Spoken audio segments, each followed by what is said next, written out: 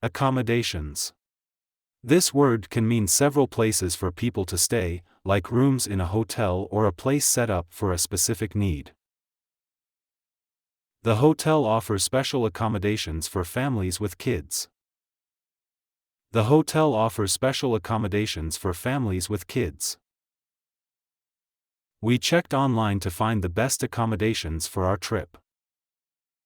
We checked online to find the best accommodations for our trip. Many accommodations in the city were fully booked for the holiday. Many accommodations in the city were fully booked for the holiday.